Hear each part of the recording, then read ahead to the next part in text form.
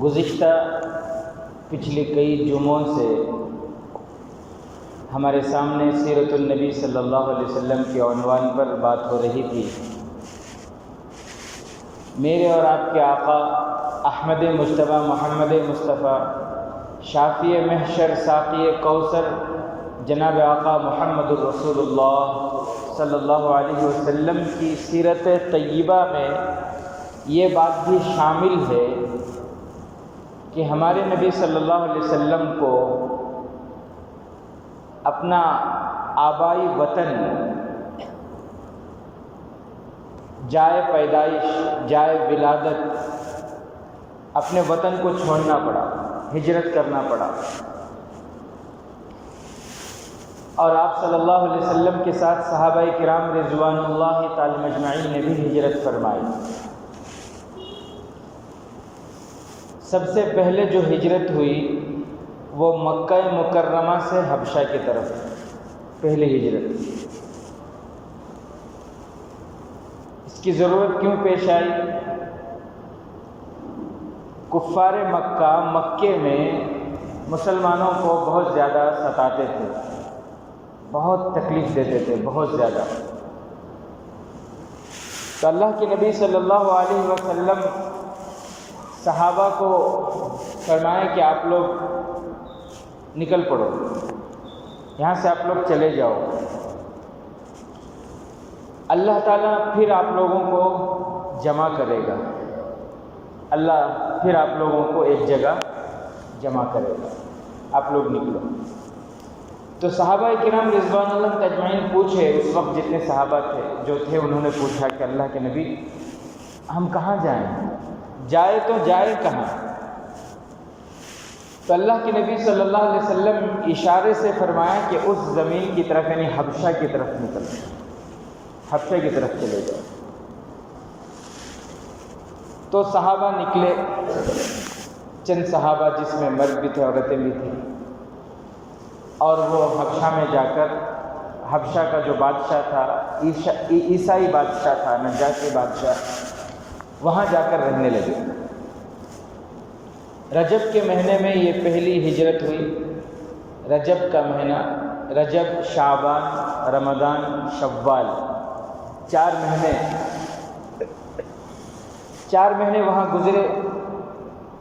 اس کے بعد شوال کے بعد ان کو یہ اطلاع ملی، کسی نے یہ بات ان تک پہنچائی کہ مکے میں سارے مکے والے مسلمان ہو گئے، سارے مکے والے، پورا مکہ مسلمان ہو گیا ہے۔ یہ اطلاع ان کو پہنچی۔ یہ اطلاع پہنچتے ہی وہ لوگ حبشہ سے پھر مکے کو آئے۔ مکے کے بالکل قریب آنے کے بعد معلوم ہوا کہ وہ غلط خبر تھی۔ مکے کے بالکل قریب آنے کے بعد معلوم ہوا کہ کسی نے جھوٹی بات پھیلائی تھی، غلط خبر کسی نے مشہور کر دی تھی۔ تو بیچارے صحابہ بہت پریشان ہوئے۔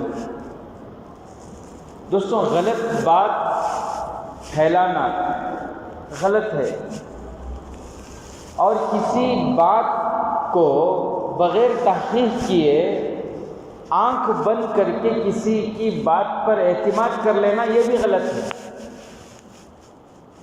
آنکھ بند کر کے کسی کی بھی بات کو مان لینا، کان سے کہ ایک میسیج آ گیا، فوراً اسے کیا کرنا، سامنے فارورڈ کر ڈالنا، شیئر کر ڈالنا۔ تحقیق نہیں ہے، کوئی مضبوط، کوئی دلائل نہیں، کوئی ثبوت نہیں، بغیر ثبوت کے، بغیر تحقیق کے آنکھ بند کر کے کسی کی بات کو مان لینا یہ بھی غلط ہے۔ آج یہ بہت عام ہو چکا ہے، کون سا تو بھی ایک میسیج آیا تو بس فوراً کیا کرنا، اسے گروپ میں شیئر کرنا، سب کو فارورڈ کرنا، وہ بھیجنا۔ اب وہ صحیح ہے نہیں ہے وہ بات کی بات ہو، یہ غلط ہے، بہت بڑا گناہ ہے غلط خبر پھیلانے والوں کو، غلط خبریں شیئر کرنے والے، غلط خبریں دوسروں کو سینڈ کرنے والے، غلط خبروں کو بھیجنے والوں کو بہت سخت گناہ ہے۔ اللہ تعالیٰ اس سے میری آپ کی پوری امت کی حفاظت کرنا ہے۔ تو بہرحال اب صحابہ بہت پریشان ہوئے کہ خبر غلط تھی، لیکن اب کیا کریں، مکے کے قریب آ گئے تو کسی طرح چھپا کر مکے کے اندر داخل ہو گئے، اپنے اپنے گھروں کو رشتے دار جہاں بھی جانا تھا چلے گئے۔ لیکن اب ہوا یہ کہ اب اور زیادہ ستانے لگے۔ کفار مکہ پہلے مسلمانوں کو جتنا ستاتے تھے، اب وہ ہجرت کر کے حبشہ چلے گئے، پھر وہاں سے مکہ آئے تو پہلے سے زیادہ اب ستانے لگے، تکلیف دینے لگے۔ تو اللہ کے نبی صلی اللہ علیہ وسلم ان کی تکلیف کو دیکھ کر پھر ہجرت کا حکم دیے کہ تم لوگ پھر ہجرت کرو، نکل جاؤ۔ صحابہ دوسری مرتبہ پھر ہجرت کے لیے، اب کی مرتبہ جو نکلے تو لگ بھگ 100 صحابہ تھے، اس میں مرد حضرات بھی تھے، مستورات بھی تھیں۔ اب یہ لوگ پھر حبشہ کی طرف گئے اور وہاں جا کر رہنے لگے۔ اور ان کا جانا کیوں تھا؟ صرف اور صرف ایمان کو بچانے کے لیے۔ اس لیے ایمان کو بچانے کے لیے، مار کے ڈر سے نہیں گئے، صرف اپنے ایمان کو بچانے کے لیے کہ ایمان کے ساتھ، ایمان جو ہے ہمارا بچے اور اعمال کے ساتھ ہم جئیں، اعمال کے ساتھ ہم جی سکیں، اس لیے وہ ہجرت کر گئے۔ اب وہاں جا کر پھر الحمدللہ، چونکہ وہاں کا بادشاہ عیسائی تھا اور معتدل تھا، اعتدال عادل بادشاہ تھا، تو اس نے چھیڑ چھاڑ نہیں کی اور وہاں اطمینان سے ان کی زندگی گزر رہی تھی، مطمئن تھے، اطمینان حاصل ہوا۔ لیکن ادھر کفار مکہ میں کھلبلی مچ گئی۔ کیوں بولے تو مسلمانوں کو اطمینان کیسے مل گیا؟ کفار مکہ کی پریشانی یہ تھی کہ مسلمان پریشان کیوں نہیں ہیں۔ سب سے بڑی پریشانی ان کی کیا بولو؟ مسلمان پریشان کیوں نہیں ہیں، یعنی پریشان رہنا مسلمان۔ تھوڑی سی جو اطمینان ان کو حاصل ہوئی ان کو ہضم نہیں ہوئی۔ مکے میں بیٹھ کر مشورہ کرنے لگے، میٹنگ بھی کیا کیا جائے۔ میٹنگ میں یہ طے کیے، ایک وفد، ایک جماعت طے کیے، اس جماعت کے امیر 2 شخصوں کو بنائے، عمرو بن عاص اور عبداللہ ابن ابی ربیعہ، دونوں کافر۔ عمرو بن عاص کافر، عبداللہ ابن ابی ربیعہ دونوں کافر۔ ان دونوں کو اس وفد کا امیر بنائے اور ان کے ذمے یہ کام دیے کہ تم حبشہ کو جاؤ،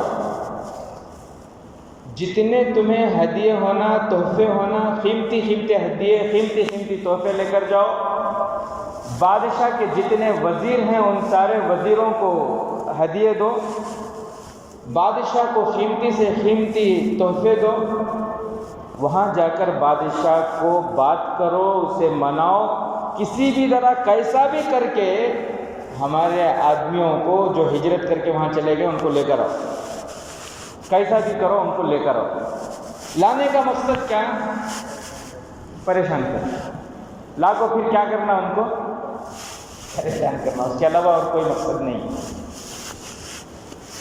اب عمرو بن عاص اور عبداللہ بن ابی ربیعہ گئے، وفد کو لے کر، پوری جماعت کو لے کر وہاں گئے، اور جانے کے بعد بادشاہ سے بات کی، تحفے جو بھی دینا تھا قیمتی قیمتی سب دیے، بات کیے بادشاہ سے کہ بادشاہ سلامت، اصل بات یہ ہے ہمارے گاؤں کے، ہمارے خاندان کے، ہمارے قبیلے کے کچھ لوگ بڑے بیوقوف ہیں، بڑے نادان ہیں، اپنے باپ دادا کے دین کو چھوڑ کر کوئی نیا دین کو اپنا لیے ہیں، اور یہ بیوقوفی میں، نادانی میں ہمارا گاؤں چھوڑ کر آپ کے گاؤں کو آ گئے ہیں، ہمارے شہر کو چھوڑ کر آپ کے شہر کو آ گئے ہیں۔ اس لیے آپ سے بادشاہ سلامت درخواست یہ ہے کہ ہمارے آدمیوں کو ہمارے حوالے کر دیجئے۔ عمرو بن عاص نے کہا۔ کفار مکہ نے ان کو بھیجتے وقت یہ بھی کہا تھا کہ دیکھو، کوشش یہ کرنا کہ بادشاہ ڈائریکٹ ان لوگوں سے بات کیے بغیر ان لوگوں کو تمہارے حوالے کر دے، دربار کو نہ بلائے۔ اگر ان کو دربار میں بلائے گا، ان کی بات سنے گا، تو ہو سکتا ہے ان کی کوئی بات بادشاہ کے دل کو لگ جائے۔ یعنی اسے معلوم تھا کہ ایمان والے جب بات کرتے ہیں تو ان کی بات دل پہ اترتی ہے، اس لیے تاکید یہ تھی کوشش یہ کرو کہ بادشاہ ڈائریکٹ سیدھے تمہارے حوالے کر دے، اپنے دربار میں نہ بلائے۔ بہرحال انہوں نے کہا کہ ایسا ایسا نادان ہے، آ گئے ہیں، ہمارے حوالے کر دیجیے۔ تو نجاشی بادشاہ نے کہا کہ وہ لوگ میرے ملک میں میری حکومت میں آئے ہیں، میری پناہ میں رہ رہے ہیں، میں ان سے بات کیے بغیر تمہارے حوالے کیسے کر دوں؟ کیوں آئے ہیں، کیوں یہاں رہ رہے ہیں، یہ سب تحقیق کیے بغیر، ان سے بات کیے بغیر میں تمہارے حوالے نہیں کر سکتا، ان کو بلاؤ۔ بادشاہ نے اپنے آدمیوں کو بھیجا کہ جو لوگ مکے سے یہاں آ کر رہ رہے ہیں، یہاں پناہ گزین ہیں، یہاں پناہ لیے ہوئے ہیں، ان سب کو بلاؤ۔ اب بلاوا آیا بادشاہ کی طرف سے۔ اب ادھر صحابہ سب پریشان ہیں، پردیسی ہیں، سب پریشان ہیں کہ اب بادشاہ کے دربار میں جانا ہے، بادشاہ عیسائی ہے، ہم مسلمان ہیں، اس سے کیا بات کرنا، کیا بولنا۔ اور ایک مسئلہ یہ ہے کہ بادشاہ کے دربار میں سجدہ کرنا، اور ہم سجدہ نہیں کریں گے، کرنا کریں تو کریں کیا، بولیں تو بولیں کیا، یہ پریشان بادشاہ کے سامنے کیا کرنا۔ صحابہ آپس میں مشورہ کیے تو حضرت جعفر رضی اللہ تعالیٰ عنہ نے فرمایا کہ بھئی ہم وہی بولیں گے جو اللہ اور اس کے رسول نے ہم نے بولا ہے، ہم وہی وہاں بولیں گے جو اللہ اور اس کے رسول نے ہمیں تعلیم دی، جو اللہ اور اس کے رسول نے ہمیں سکھایا ہے، اس کے علاوہ کچھ نہیں بولیں گے، کچھ زیادہ نہیں بولیں گے، اور ہم سجدہ نہیں کریں گے۔ اللہ کے علاوہ ہم کسی کو سجدہ نہیں کرتے، ہم سجدہ نہیں کریں گے۔ یہ ثابت قدمی، یہ یقین، یہ قوت، یہ استقامت دین پر اللہ تعالی ہم تمام کو بھی نصیب فرمائے۔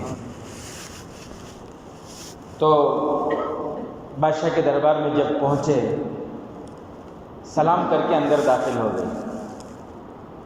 اب بادشاہ کے جو قریبی وزراء ہیں ان سب کو تکلیف ہوئی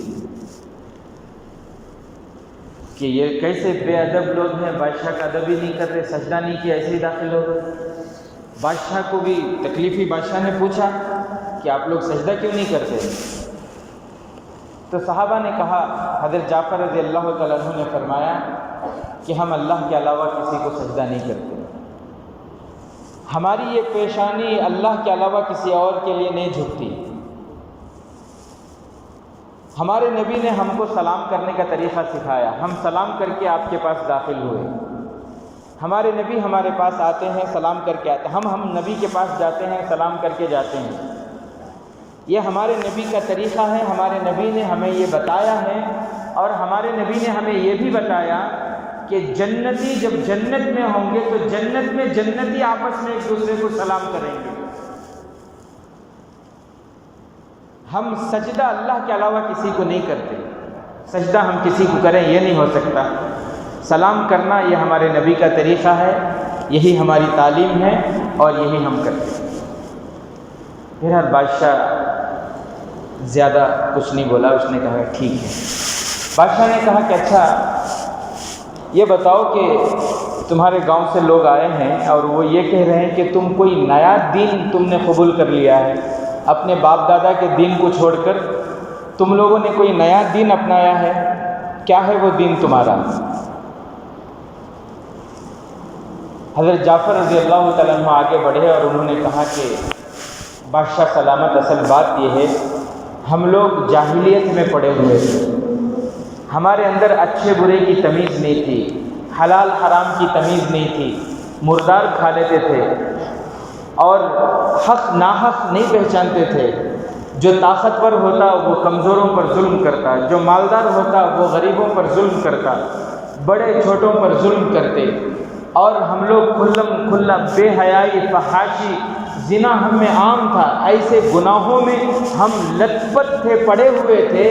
اس بیچ ہمارے درمیان ایک پیغمبر آئے، ایک رسول آئے، اللہ کا پیغام لے کر آئے، ہم لوگوں کو بتایا کہ قرآن پڑھو، ہم لوگوں کو بتایا کہ گناہوں سے رکو، زنا گناہ ہے، فحاشی سے روکا، گناہوں سے روکا، قتل و غارت گری سے روکا، ہم لوگوں کو بھلائی کرنے کا حکم دیے، برائی کرنے سے روکے، ہم لوگوں کو اسلام پیش کیے، اور ان باتوں کو ہم نے قبول کر لیا تو گاؤں والے ہمارے پیچھے پڑے گئے، قوم کے لوگ ہمارے پیچھے پڑے گئے۔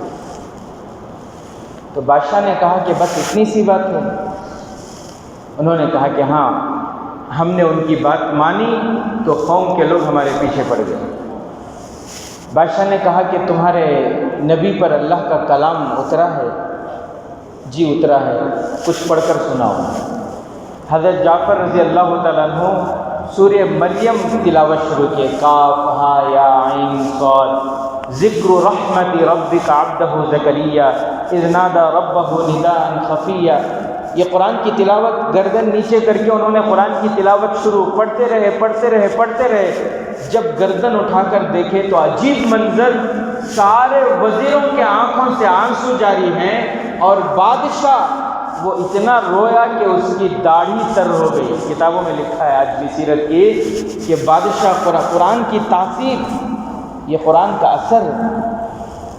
آج میرے عزیز ساتھیوں، ہم ایمان والے ہیں لیکن دل میں دنیا کی ایسی محبت، مال مال مال مال، دنیا دنیا دنیا، اتنا گائے اور اتنا سنے کہ آج قرآن ہمیں نماز کے اندر بھی اچھا نہیں لگتا۔ نماز پڑھتے ہوئے بھی ہمارا دل چاہتا ہے کہ کب سلام پھیرے امام صاحب اور ہم باہر جائیں۔ یہ اتنی لمبی خیرت کیوں ہو رہی ہے؟ اللہ قرآن کی محبت ہمارے دلوں میں پیدا فرمائے۔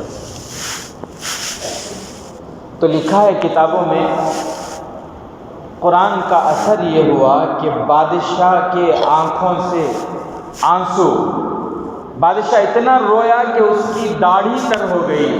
حضرت مولانا ادریس صاحب کاندھلوی رحمۃ اللہ علیہ لکھتے ہیں، اس سے معلوم یہ ہوا کہ اس زمانے کے کافر مشرک عیسائی بھی داڑھی رکھتے تھے۔ اس زمانے کے کافر مشرک اور عیسائی بھی داڑھی رکھتے تھے۔ جتنے نبی دنیا میں آئے سارے نبیوں نے داڑھی رکھے، کوئی ایک نبی ایسا نہیں بتا سکتے کہ انہوں نے داڑھی کاٹ لی ہو یا چھوٹی کر لی ہو۔ نبی کے چاہنے والے، نبی کے ماننے والے، نبی کے نقش قدم پر چلنے والے صحابہ، تابعین، تبع تابعین، اولیاء اعظام، بزرگان دین، پوری دنیا میں کوئی آج تک ایک اللہ کا ولی ایسا نہیں دکھا سکتے جس نے داڑھی نہ رکھی ہو اور وہ اللہ کا ولی ہو۔ آج میرے عزیز ساتھیوں، دعویٰ ہماری زبان پر محبت کی، عشق، عاشق رسول ہونے کے، عاشق ولی، اولیاء سے عشق ہے، نبی سے عشق ہے، دعویٰ ہماری زبان پر ہے، لیکن چہرہ ہمارا نہ نبی کے طریقے پر ہے، نہ صحابہ کے طریقے پر، نہ تابعین کے طریقے پر، نہ غوث اعظم رحمۃ اللہ علیہ کے طریقے پر، نہ کسی بھی اللہ کے ولی کے طریقے پر نہیں۔ ہمارا چہرہ ان کے چہروں سے ہٹ کر ہے، تو اس کا مطلب یہ ہے کہ ہم اپنے دعوے میں جھوٹے ہیں۔ ہمیں اپنا دعویٰ صحیح کرنا ہے۔ اللہ کرے کہ مرنے سے پہلے اللہ تعالی ہمیں پیارے نبی کے چہرے کو اپنانے کی توفیق نصیب فرمائے، کیونکہ خبر میں پیارے نبی کا سامنا ہوگا۔ فرشتے پوچھیں کہ بتاؤ یہ کون ہے؟ پیارے نبی کے چہرے کے مطابق ہمارا چہرہ ہوگا، پیارے نبی کے چہرے کو پہچان سکیں گے۔ اللہ ہم تمام کو پیارے نبی کی صورت اور سیرت اپنانے کی توفیق نصیب فرمائے۔ تو بادشاہ نے کہا کہ میں ان کو تمہارے حوالے نہیں کر سکتا۔ عمرو بن عاص اور عبداللہ ابن ابی ربیعہ سے کہا کہ تمہاری یہ قیمتی ہدیے، تحفے جو تم لے کر آئے، یہ سب لے کر جاؤ، مجھے اس کی کوئی ضرورت نہیں ہے۔ اللہ نے مجھے بادشاہ بنایا، وہ عیسائی تھا نا، اس نے کہا مجھے اللہ نے بادشاہ بنایا، میرے پاس سب کچھ ہے، اس کی کوئی ضرورت نہیں، یہ سب تم لے کر جاؤ۔ شام ہو گئی، مجلس ختم ہو گئی، عمرو بن عاص نے عبداللہ ابن ربیعہ سے کہا کہ نہیں، میں نہیں چھوڑوں گا۔ ایک تو ذلیل ہو گئے، پیسے گئے، مال گیا، قیمتی تحفے ہدیے گئے، اور اوپر سے ذلیل بھی ہوئے۔ تو عمرو بن عاص نے کہا میں نہیں چھوڑوں گا، کل میں بادشاہ کے سامنے ایسی بات کروں گا کہ ان کا حصہ ہی ختم ہو جائے گا۔ میں ایک ایسا پلان میں نے بنایا ہے، کل بادشاہ کے سامنے میں ایسی بات کروں گا کہ مسلمانوں کا حصہ ہی ختم ہو جائے گا۔ عبداللہ ابن ابی ربیعہ نے کہا کہ کیا کر رہے ہو تم، کیا کرنے جا رہے ہو، کہیں تم قتل تو نہیں کرا دو گے؟ بھائی کچھ بھی ہو، وہ لوگ ہمارے خاندان کے، قبیلے کے، ہمارے ہی اپنے رشتہ دار کے، کہیں تم ان کو قتل مت کروا دینا۔ نہیں، کل دیکھو تم کیا کرتا ہوں میں بادشاہ کے دربار میں۔ دوسرے دن پھر بادشاہ کا دربار لگا۔ تو میرے عزیز ساتھیوں، اسلام اور مسلمانوں کے دشمن شروع سے رہے ہیں، اب بھی ہیں اور قیامت تک رہیں گے، شروع سے رہیں گے، کوئی نئی بات نہیں ہے۔ لیکن ایک بات یاد رکھیں، پوری دنیا کی طاقتیں مل کر، پوری دنیا کی طاقتیں مل کر اسلام کو اللہ کی قسم مٹا نہیں سکتے، ختم نہیں کر سکتے۔ ہاں یہ ہو سکتا ہے کہ مسلمانوں کو دھمکا تو سکتے ہیں، مسلمانوں سے ان کی آئی ڈی چھین سکتے ہیں، مسلمانوں کو شہر سے بے دخل کر سکتے ہیں، مسلمانوں کو قتل تو کر سکتے ہیں، لیکن اللہ کی قسم اسلام کو ختم نہیں کر سکتے۔ یریدون ان یطفئوا نور اللہ بافواہہم واللہ متم نورہ ولو کرہ الکافرون، یہ چاہتے ہیں کہ اسلام کو ختم کر دیں گے، ہرگز یہ اسلام کو ختم نہیں کر سکتے۔ مسجدیں رہیں گی، اذانیں بلند ہوتے رہیں گی، توحید کی صدا بلند ہوتے رہے گی، نبی کا نام بلند ہوتا رہے گا، اسلام کو مٹانے والے مٹ جائیں گے، اسلام ہے اور قیامت تک رہے گا انشاءاللہ۔ تو میرے معزز دوستوں، پھر کیا ہوا؟ دوسرے دن بادشاہ کے دربار میں عمرو بن عاص نے یہ کہا کہ بادشاہ، یہ لوگ آپ کے حضرت عیسیٰ علیہ السلام کے بارے میں بہت سخت بات کہتے ہیں، یہ لوگ حضرت عیسیٰ علیہ السلام کے بارے میں بہت سخت بات کہتے ہیں، آپ کے مذہب کو برا بھلا کہتے ہیں۔ بادشاہ کے دل میں ان لوگوں کی نفرت بٹھانے کے لیے اب کیا ہے، مذہبی مسئلہ چھیڑ دیا۔ آج بھی جو ہیں اور چاہتے ہیں کہ لوگ آپس میں لڑتے رہیں، ان کو کیا کرتے ہیں، مذہبی معاملے میں الجھا دیتے ہیں، کبھی مسجد کا معاملہ، کبھی مندر کا معاملہ، بس اسی میں الجھے رہو۔ تو عمرو بن عاص 1400 سال پہلے اس نے بھی یہی کیا، بادشاہ سے کہا کہ آپ کے مذہب کے بارے میں غلط بات کہتے ہیں یہ لوگ۔ بادشاہ نے کہا کہ اچھا ٹھیک ہے، ان کو بلاؤ۔ پھر بلائے، اب صحابہ پھر پریشان، اب ہمیں کیا بولنا، اتنا غلط الزام حضرت عیسیٰ علیہ السلام کے بارے میں ہمیں کیا بولنا؟ صحابہ آپس میں طے کیے کہ وہی بولیں گے جو اللہ اور اس کے رسول نے ہمیں بتایا۔ حضرت عیسیٰ علیہ السلام کے بارے میں اگر کچھ پوچھے تو ہم وہی بولنا ہے جو قرآن میں ہے، جو حدیث میں ہے، اس سے ہٹ کر کچھ نہیں بولنا۔ بہرحال بادشاہ نے بلایا، بادشاہ نے پوچھا کہ ہمارے نبی حضرت عیسیٰ علیہ السلام کے بارے میں تمہارا کیا خیال ہے، تم کیا کہتے ہو حضرت عیسیٰ کے بارے میں؟ تو حضرت جعفر رضی اللہ تعالیٰ عنہ آگے بڑھے اور بڑھ کر انہوں نے کہا کہ بادشاہ سلامت، ہمارا عقیدہ یہ ہے کہ حضرت عیسیٰ علیہ السلام اللہ کے پیغمبر ہیں، ان کے رسول ہیں، کلمۃ اللہ ہیں، روح اللہ ہیں، اللہ کے برگزیدہ بندوں میں سے۔ قرآن کی آیت پڑھ کر انہوں نے سنا، انہوں نے یہ نہیں کہا کہ حضرت عیسیٰ اللہ کے بیٹے ہیں، اللہ کے نبی ہیں، اللہ کے رسول اور پیغمبر ہیں، اللہ کے برگزیدہ بندے ہیں، کلمۃ اللہ ہے، روح اللہ ہے، جو اللہ نے قرآن میں کہا وہی بتایا۔ جب انہوں نے حضرت عیسیٰ علیہ السلام کے بارے میں یہ بات بتائی تو لکھا ہے کتابوں میں، بادشاہ اپنی کرسی سے اتر کر نیچے آیا اور آ کر ایک تنکا اٹھا کر یوں رکھا اور رکھ کر اس نے کہا کہ ایک تنکی سے بھی زائد نہیں ہے، جو انہوں نے کہا اتنے ہی ہیں، اس سے زیادہ کچھ نہیں ہے، بالکل صحیح بات انہوں نے کہی۔ بادشاہ نے کہا کہ انہوں نے جو بات کہی بالکل صحیح بات کہی حضرت عیسیٰ علیہ السلام کے بارے میں، اس سے کچھ بھی زائد نہیں ہے حضرت عیسیٰ علیہ السلام۔ اب تو وہ لوگ اور زیادہ ذلیل ہوئے، وہ لوگ اور ذلیل ہو گئے۔ عمرو بن عاص نے سوچا تھا کہ بادشاہ غصے میں آ کر ان لوگوں کو ہمارے حوالے کر دے گا، ہم ان کو مکہ لے جانے میں کامیاب ہو جائیں گے، لیکن معاملہ پورا الٹا۔ تو حضرت جعفر رضی اللہ تعالیٰ عنہ نے بادشاہ سے پوچھا کہ بادشاہ آپ ذرا ان سے پوچھو، کئی کو ہمارے پیچھے پڑے ہوئے ہیں لوگ، کئی کو تو بھی ہمارے پیچھے پڑے ہوئے ہیں، آج بھی بہت سے قانون ایسے لاگو ہو رہے ہیں، بہت سے لوگوں کے ذہن میں سوال آتا ہے، کئی بھی تو بھی ہاتھ دھو کو ہمارے پیچھے پڑی ہیں نا، کب دیکھے تو بھی اسلام کے خلاف، اذان کے خلاف، کبھی سونٹ کو لے کر مسئلہ، کبھی مسجد کے خلاف، کبھی حجاب کے خلاف، کبھی پردے کے خلاف، کبھی ٹوپی کے خلاف، کبھی داڑھی کے خلاف، کبھی قرآن کی آیتوں کے خلاف، کب دیکھو تب اسلام کے خلاف، کئی کو تو بھی انہوں پیچھے پڑی نا ہمارے کر کو ذہن میں خیال آتا ہے۔ یہ آج سے 90 پہلے سے بھی ان کا یہ کام ہے، اور کیا ضرورت تھی بولو ان کو جانے کی، مکے کے کافروں کو حقہ جانے کی، تو پیچھے پڑنے کی عادت ہے، پڑے چھوٹے نا۔ بہرحال تو حضرت جعفر نے فرمایا، حضرت جعفر رضی اللہ تعالیٰ عنہ نے، یہ پیچھے پڑنے کی عادت یہ قیامت تک رہتے ہیں، ان کی قیامت تک رہتے ہیں۔ اس کی وجہ سے ہمیں عمل سے دور نہیں ہونا، ہمیں قرآن کی تلاوت سے دور نہیں ہونا، ہمیں ذکر سے دور نہیں ہونا، ہمارا ایمان کمزور نہیں ہونا،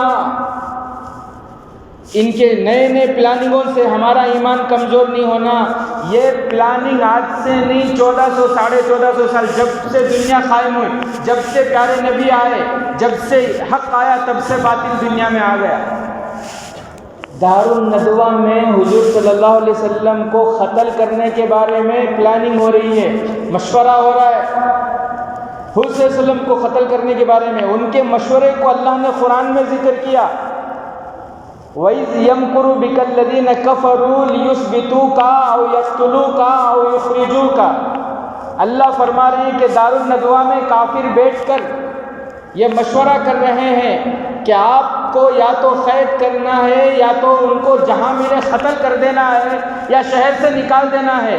آج پورے ہندوستان میں نہیں، پوری دنیا میں کسی ویدھان سودا میں یا کسی سنگٹھن والے بیٹھ کر مسلمانوں کے خلاف اگر سازشیں کر رہے ہیں، میٹنگ کر رہے ہیں، یہ کوئی نئی بات نہیں ہے، اس میں گھبرانے کی کوئی بات ہی نہیں ہے۔ ٹینشن فری رہو، یہ سب کاما پہلے سے چھولے پیسو، آج اس کیا بھی نئے نہیں ہے۔ کامیابی کس کو ملے گی؟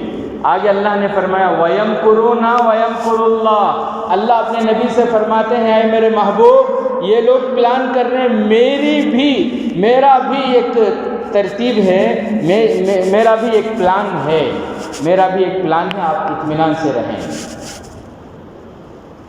یہ اللہ فرما رہے ہیں۔ بہرحال تو یہ کوئی نئی بات نہیں ہے، یہ سازشیں ہوتے رہیں گی، نئے قانون آتے رہیں گے، ہمیں اسلام پر ثابت قدمی کے ساتھ جمے رہنا ہے، جیسے صحابہ جمے تھے، تو کامیابی ویسے ملے گی جیسے صحابہ کو ملی۔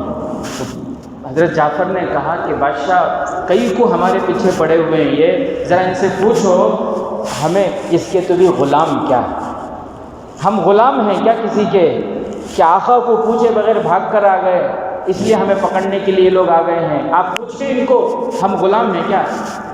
تو بادشاہ نے پوچھا ان کو، جو مکے سے کافر آئے تھے، ان کو پوچھا، بتاؤ یہ لوگ غلام ہیں کیا؟ انہوں نے کہا کہ لا بل ہم احرار کرام، کافر ہیں، مشرک ہیں، لیکن سچ بول رہے ہیں کہ نہیں، انہوں کون بھی غلام نہیں، سب بھی آزاد شریف آدمیاں، انہوں سب عزت دار گھرانے کے آدمیاں۔ پھر حضرت جعفر نے پوچھا کہ ہمارے پیچھے پڑی نہ، ان کو پوچھو کیا ہمیں کس کا کبھی قتل کر کو آئے کیا، ناحق کسی کا خون بہا کو آئے کیا، ہمیں پوچھو ان کو۔ بادشاہ نے پوچھا کیا یہ حل ہم احرقوا دمن بغیر حق، دمن بغیر، کیا یہ کسی کا خون بہا کر آئے، کسی کو مرڈر کر کے آئے، لوگ بھاگ کر آ گئے؟ سارے کافر مشرکوں نے کہا کہ نہیں، لا قطرۃ دم، یہ قطرہ خون بھی کسی کا نہیں بہائے، یہ مرڈر کر کے نہیں آئے، قتل کر کے نہیں آئے، ایسے ہی آ گئے۔ پھر حضرت جعفر نے پوچھا بادشاہ ان کو پوچھو کیا کسی کا مال لے کر آ گئے ہم لوگ، کسی کا مال لے کر آئے ہم، جو ہمیں پکڑنے کے لیے لوگ پیچھے پیچھے آ گئے؟ بادشاہ نے پوچھا کیا کسی کا مال لے کر آئے؟ کافروں نے، عمرو بن عاص نے، عبداللہ ابن ابی ربیعہ نے کہا کہ نہیں، کسی کا ایک خطرہ حق بھی ان کے اوپر نہیں ہے، کسی کا مال لے کر نہیں آئے۔ اللہ اکبر کبیرہ۔ عزیز ساتھیوں، اس واقعے کو پڑھنے کے بعد ایک بات جو ہمارے ذہن میں آتی ہے، مشرکین ہیں، کفر ہے دل میں، اللہ پر یقین نہیں ہے، ایمان نہیں ہے، بادشاہ کے سامنے ہے، مسلمانوں کے خلاف دشمنی ہے، اور اتنی دشمنی کہ مسلمانوں کو اور تکلیف دینے کے واسطے وہاں بادشاہ کے ساتھ بات کرنے کے لیے آئے ہیں، بادشاہ کے سامنے ذلیل ہو گئے، خون کھول رہا ہے، بادشاہ مسلمانوں کے بارے میں کچھ پوچھ رہا ہے، ایسے نازک وقت میں بھی کافر کی زبان سے اگر نکلا ہے تو سچ نکلا ہے، سچ کے علاوہ ان کی زبان سے نہیں نکلا۔ اللہ ہماری زبانوں کو بھی ایسی سچ بات کرنے کی توفیق نصیب کرے۔ آج ہاتھوں میں تسبیح ہے، آنکھوں میں سرما ہے، داڑھی ہے، کرتا جبہ، دیکھ کر ایسا لگتا ہے کہ واقعی اللہ والا ہے، لیکن جب زبان ہے، زبان جب کھولتا ہے تو جھوٹ کے علاوہ اور کوئی بات اس کی زبان سے نکلتی، جھوٹ پہ جھوٹ، جھوٹ پہ جھوٹ۔ حالانکہ ہے کون؟ ایمان والا۔ وہاں کون؟ کافر، مشرکین مکہ، کفار مکہ ہیں، لیکن بول رہے ہیں، ان کو پوچھا جا رہا ہے کہ کیا غلام ہے؟ نہیں۔ کسی کا قتل کر کے آئے؟ نہیں۔ کیا کسی کا مال ان کے سر پر ہے؟ نہیں۔ سچ بول رہے ہیں۔ اگر سچ ہماری زبان پر آ جائے، اللہ کی قسم، بہت بڑا انقلاب آ جائے گا، بہت بڑا انقلاب آ جائے گا۔ اللہ سے دعا ہے کہ اللہ تبارک و تعالی ہم تمام کو سچوں کے ساتھ رہنے اور سچا بننے کی توفیق نصیب فرمائے۔